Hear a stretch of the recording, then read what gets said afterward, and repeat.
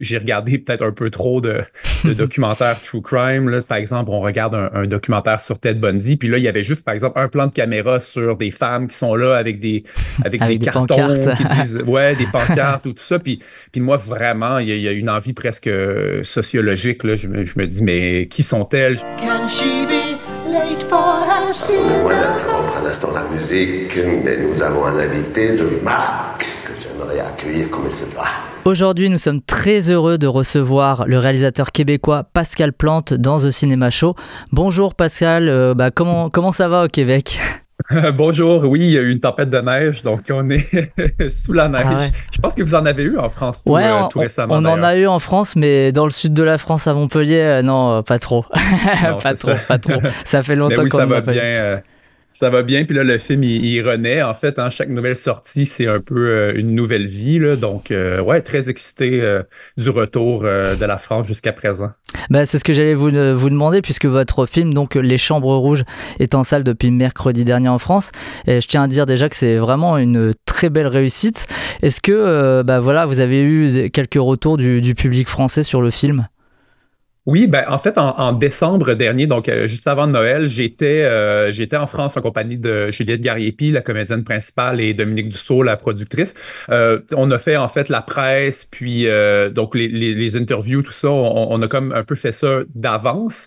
Puis on avait quand même fait l'avant-première à ce moment-là. Donc moi, j'ai pu au moins assister à une projection devant public avec questions-réponses ou débat, comme vous les appelez. Et non, ben, le retour est vraiment super. Puis je pense que les gens, ils savent pas tout à fait à quoi s'attendre. Donc le film est perçu un peu comme une claque ou comme Mhm. il y a un élément de surprise, je pense. Tu sais. Puis moi, mon travail, ben, mon long métrage précédent, Nadia Butterfly, était sorti en France, mais je suis quand même conscient que pour bien des gens, je pense qu'ils découvrent mon travail via les Chambres Rouges. Donc, il y a aussi peut-être cet élément de surprise-là aussi qui joue en la faveur du film. Ouais. Ouais, ouais, effectivement. Et est-ce que vous avez remarqué des différences du coup d'approche de votre cinéma en fonction donc du Québec et de la France, vu que là c'est comme si c'était un premier long métrage pour nous?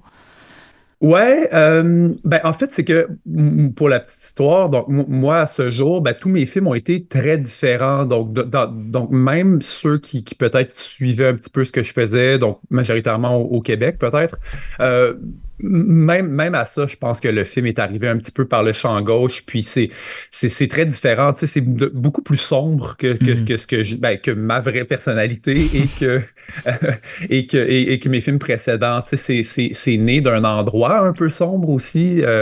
Bon, il y a eu une petite déprime pandémique, puis beaucoup trop d'écran, puis voilà, tu sais, puis je suis comme devenu un peu une éponge d'une certaine anxiété plus macroscopique que j'ai essayé de distiller dans ce récit, puis questionner notre empathie, là, un peu derrière les écrans, derrière des claviers.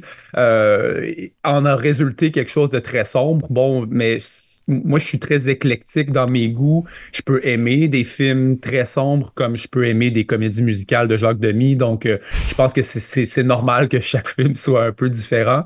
Mais ouais, longue réponse pour dire non. Je pense que euh, il y a des atomes crochus là, dans la réception, je pense, Mhm. outre-Atlantique, transatlantique. Ouais.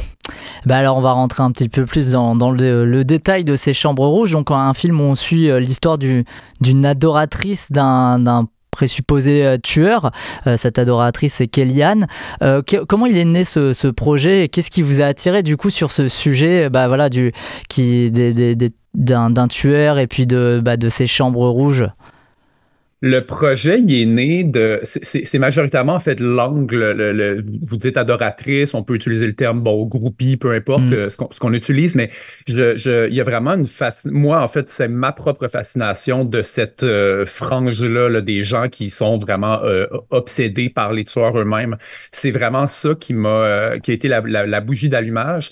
Mais ensuite, j'en étais aussi conscient que, donc, un personnage satellite des tueurs.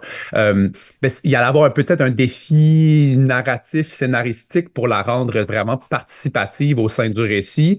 Et puis c'est là, en fait, c'est au fil des recherches, là, j'étais pas a priori extrêmement familier avec tout l'univers, bon, Dark Web, Red Rooms, tout ça. C'est quelque chose presque qui est né du besoin narratif que la groupie ou l'adoratrice en question soit vraiment au cœur là, des préoccupations sordides du récit. Parce que, ouais, je veux dire, encore une fois, en pandémie, j'ai regardé peut-être un peu trop de documentaires true crime, là, les trucs qui pullulent sur Netflix à tous les semaines, tous les mois. Bon, bref. Et puis, parfois, il y avait des plans, dans la salle d'audience, par exemple, on regarde un documentaire sur Ted Bundy, puis là, il y avait juste, par exemple, un plan de caméra sur des femmes qui sont là avec des cartons pancartes. qui disent, ouais, des pancartes ou tout ça. Puis moi, vraiment, il y a une envie presque sociologique, là. Je me dis, mais qui sont-elles? J'ai envie de... Et mon but n'est pas de les condamner. Je pense que mon acte de création naît d'un désir de compréhension. Puis non seulement ça, mais en fait, c'est un phénomène tellement répandu qu'on peut pas simplement les balayer du revers de la main puis de dire ben voilà, elles sont folles, tout ça. Non, il y a quelque chose presque qui ce comportement-là est un peu intériné et un peu construit d'une certaine façon par la société, tu sais. Puis l'aura même des tueurs dans toute leur construction médiatique, comment ils sont mythologifiés, si on veut, par tout l'instrument médiatique, bref, contribue d'une certaine façon à ça. Donc, ce qui est ces groupies. Absolument. Puis l'Internet a exacerbé, je veux dire, tout le monde peut trouver une communauté de gens qui pensent un peu comme soi. Donc, c'est pas très compliqué. On peut aller sur Facebook puis taper la fanpage de votre tueur préféré, puis vous allez trouver une communauté. C'est même pas du contenu censuré. C'est très, très... les gens partagent des photos à coups de mimes, on dirait qu'il y a une désensibilisation, on oublie complètement que l'homme que je trouve cute dans ma photo, il a assassiné 35 femmes, tu sais. Bon. Mais donc tu le disais, c'est vrai que c'est un choix hyper intéressant d'avoir réaxé l'histoire sur une adoratrice, puisque d'habitude on se concentre plutôt sur le tueur ou sur le procès en question dans un film sur un tueur en série comme ça. Est-ce que t'as rencontré du coup des gens qui pourraient se qualifier d'adoratrices pour écrire ce projet, ou comment se sont passées tes recherches? Ouais, c'est ça. Les recherches, mon Dieu, ça a été des recherches assez glauques pour ce film, pour être honnête.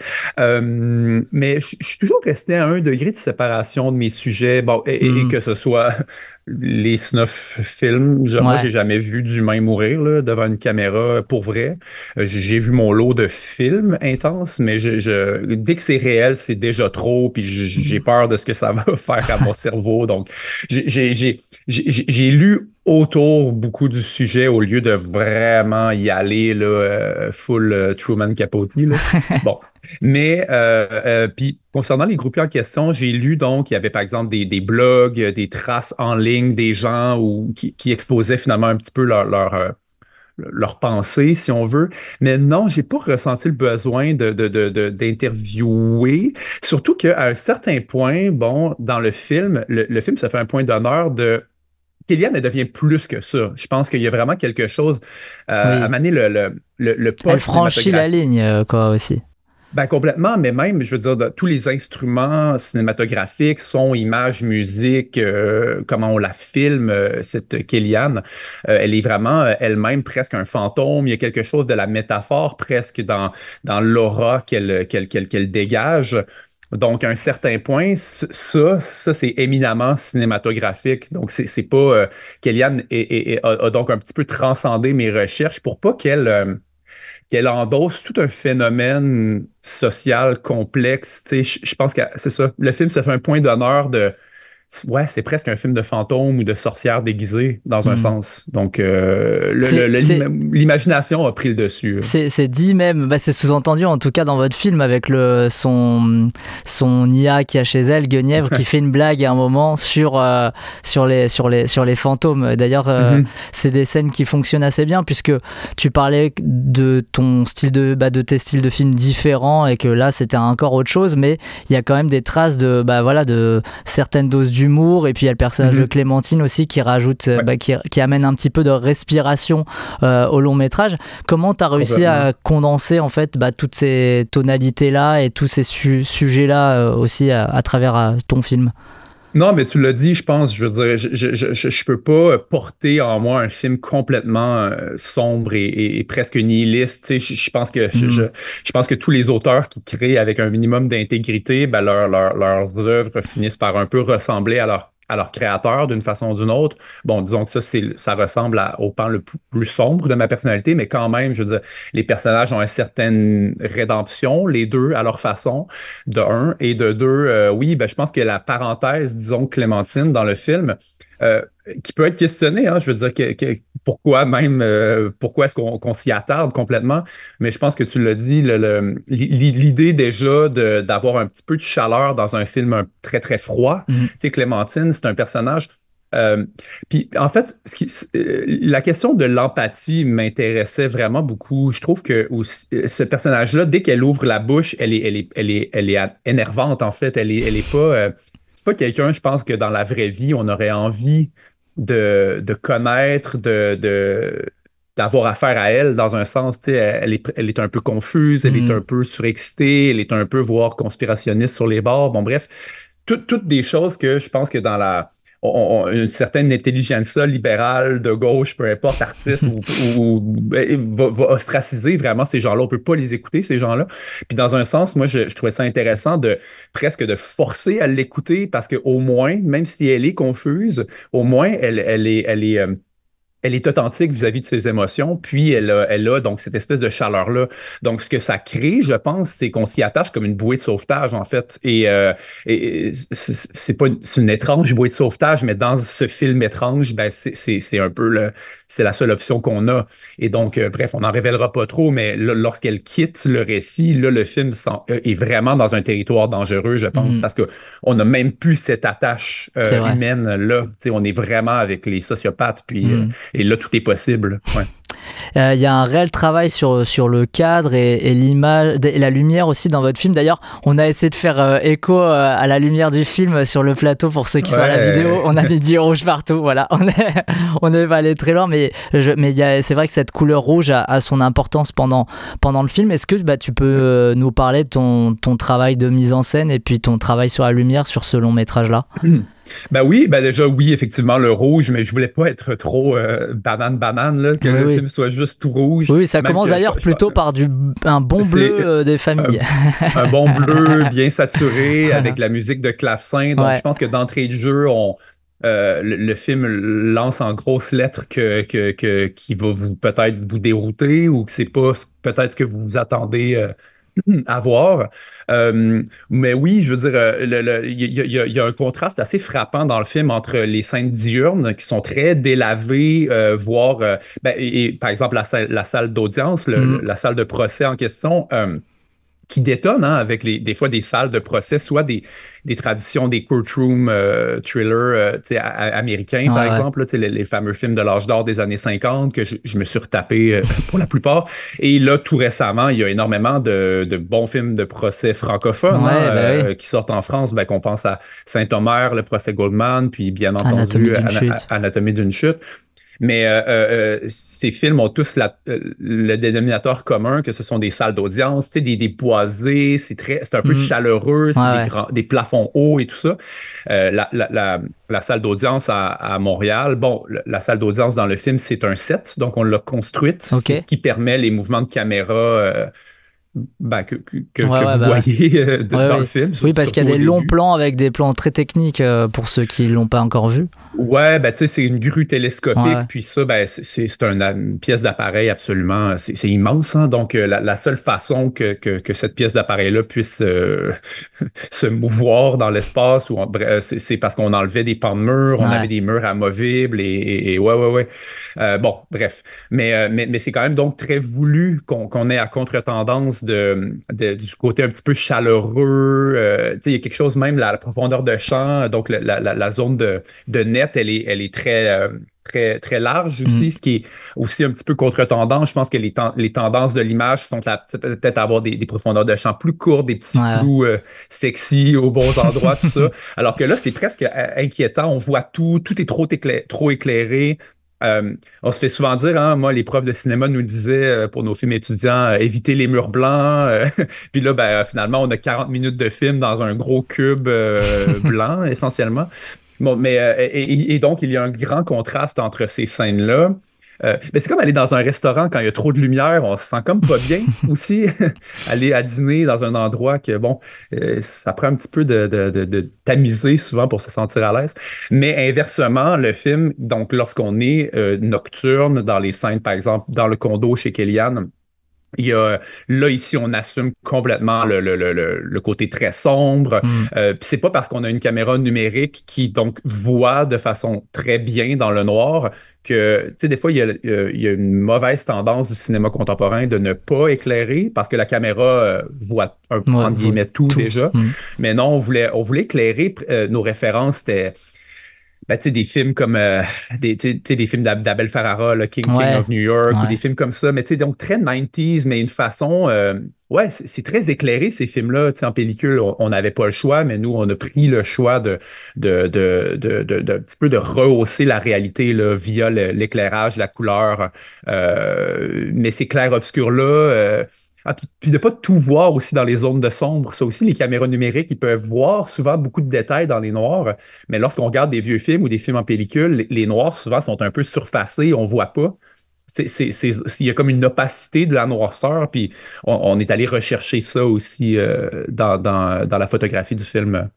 Très bien, en tout cas ça donne une photo hyper intéressante. Et d'ailleurs tu as commencé donc à en parler du côté film de procès du film. C'est pas ce qui prédomine au final, mais toi tu avais vraiment quand même cette volonté là, voilà, de réaliser un film de procès. Est-ce que est-ce que tu t'es inspiré un petit peu des films dont tu as cité, même si pour le choix de la salle de procès tu es plutôt sur un côté complètement inverse? Tous les films qu'on a nommés en fait sont sortis à peu près en même temps que mon propre film. Mon point, c'est des fois c'est mystérieux, on dirait que les gens sont inspirés par un peu les mêmes choses, sujets, sans se parler. Il y a quelque chose de l'air du temps. Puis je pense que le true crime était à son apogée, je pense, pendant la pandémie. Donc, je pense que c'est tout naturel lorsqu'on est sensible un peu aux éléments de la culture populaire, puis essayer de réfléchir. La culture populaire est extrêmement intéressante, en fait, lorsqu'on la réfléchit via l'angle de société, en fait, parce qu'elle est essentiellement le miroir d'un désir collectif inconscient, presque.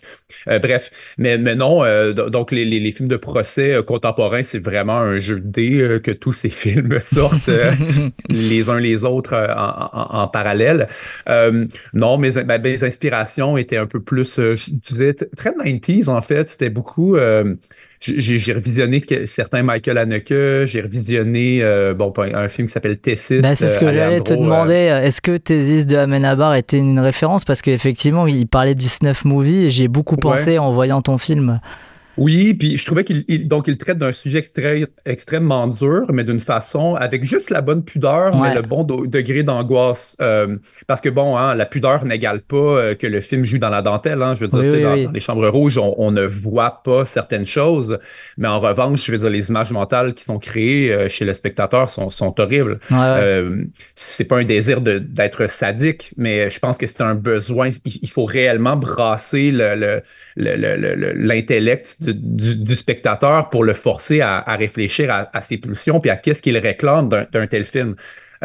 Donc, par exemple, lorsqu'on a envie qu'un personnage regarde la vidéo de torture d'une jeune fille de 13 ans, c'est complètement pervers. Je veux dire, de nous-mêmes s'attendre ou espérer que pour que le ressort dramatique du film soit satisfaisant, pulpeux pour nos pulsions de spectateurs, que le film est dans des zones aussi sombres. Dans un sens, le commentaire du film, il est métatextuel.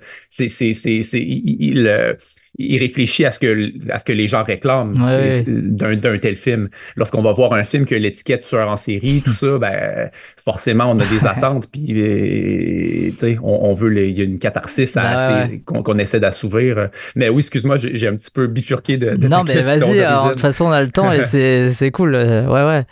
Non, Je, mais c'est ça, j'ai perdu le cap de ta question Non, d'origine. Donc, oui, bah, oui, voilà, bah, je te parlais bah, de ces sources d'inspiration là, des films ouais, ouais. francophones, et bah, là, du coup, on parlait aussi bah, de Thésis d'Amenabar, et c'est vrai que il a ce rapport-là entre bah, voilà, ce qu'il montre avec le hors-champ, tout ça, Ouais, ouais, ouais. qu'on retrouve aussi beaucoup dans ton long métrage, et je trouve ça super intéressant.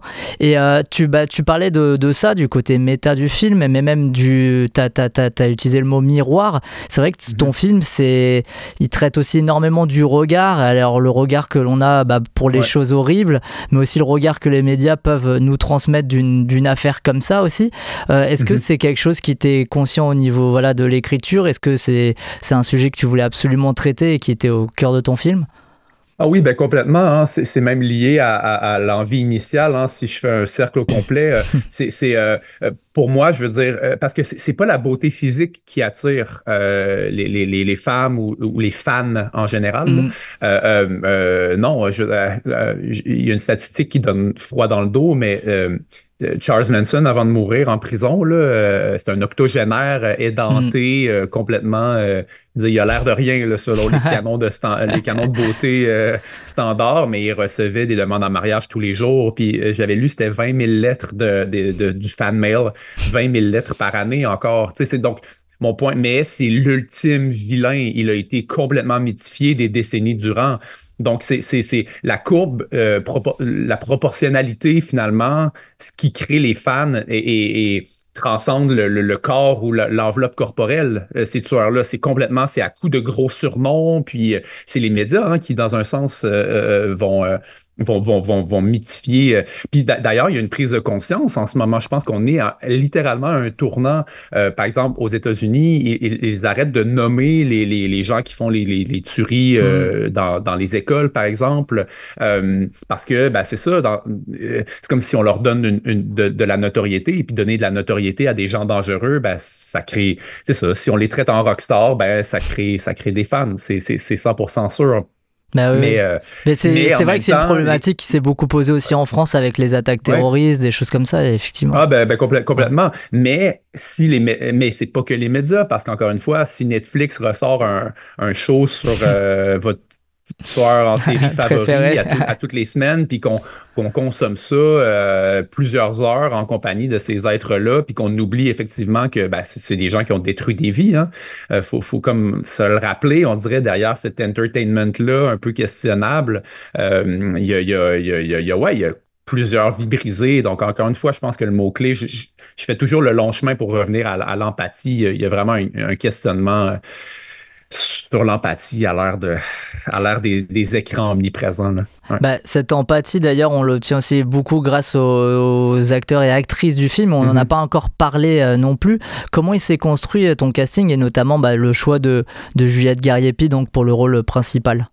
Oui, ben Juliette, alors, pour la petite histoire, parce que, bon, il y a un certain star system québécois qui peut, par exemple, pousser les films dans le contexte du Québec, puis que vous n'êtes peut-être pas autant familier en France, mais même dans le contexte du Québec, par exemple, Juliette Gariepi et Laurie Babin, donc les deux comédiennes principales du film, ce sont des comédiennes donc professionnelles qui ont quand même fait certaines choses, mais c'est vraiment leur premier rôle dans un long métrage de la sorte. C'est leur premier rôle substantiel à ce point. Tu sais, Juliette, vraiment, moi, je l'avais vu dans des courts-métrages, dans une série Hmm. web, tu sais, des trucs comme ça, mais pour bien des gens, même au Québec, elle est vraiment perçue comme une révélation.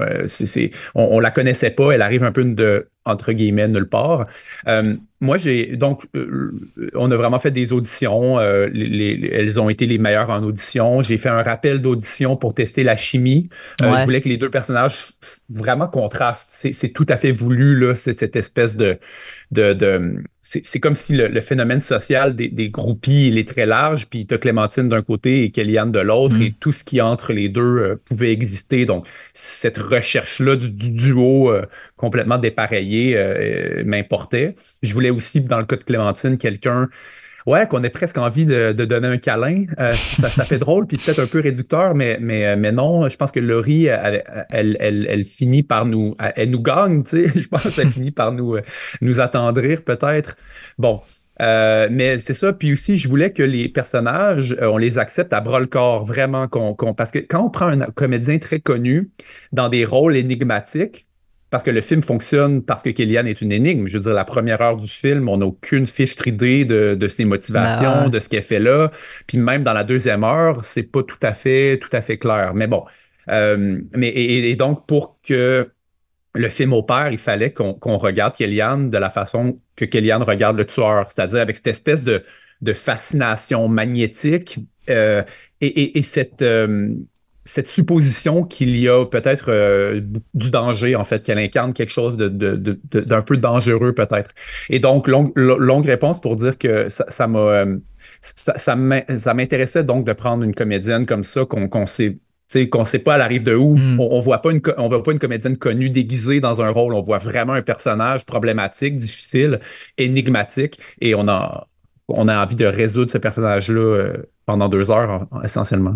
Ouais, et qui se révèle, voilà, comme tu le disais, peu à peu, et on a des traits de sa personnalité, voilà, qui arrivent au compte-gouttes comme ça. Est-ce que ça a été quelque chose de difficile à doser, d'avoir ce truc qui fonctionne super bien là quand on voit le film, mais j'imagine qu'il y a eu beaucoup de travail, que ça soit au moment de l'écriture, du tournage, mais du montage aussi?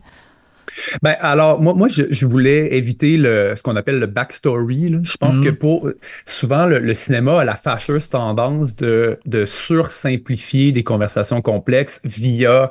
c'est comme si on explique. C'est comme le comportement problématique que vous voyez chez un personnage est expliqué par tel trauma ou telle envie freudienne ou je sais pas quoi. Bon. Moi, j'essaie vraiment de m'en départir de ce dictat-là.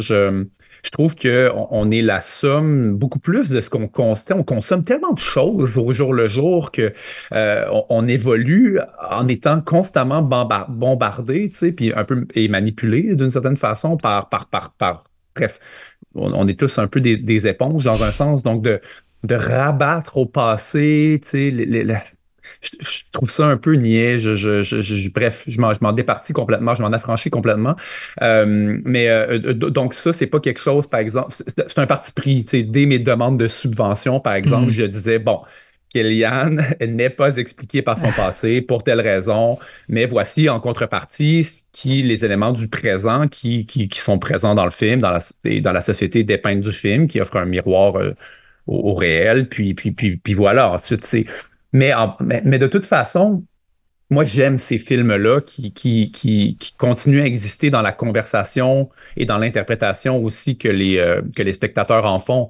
Moi, j'ai accompagné quand même beaucoup le film dans des débats, dans les conversations et je suis rendu même, quand les gens me posent des questions sur les motivations de Kellyanne, je suis presque, maintenant, je fais juste demander et toi, ton interprétation, quelle est-elle?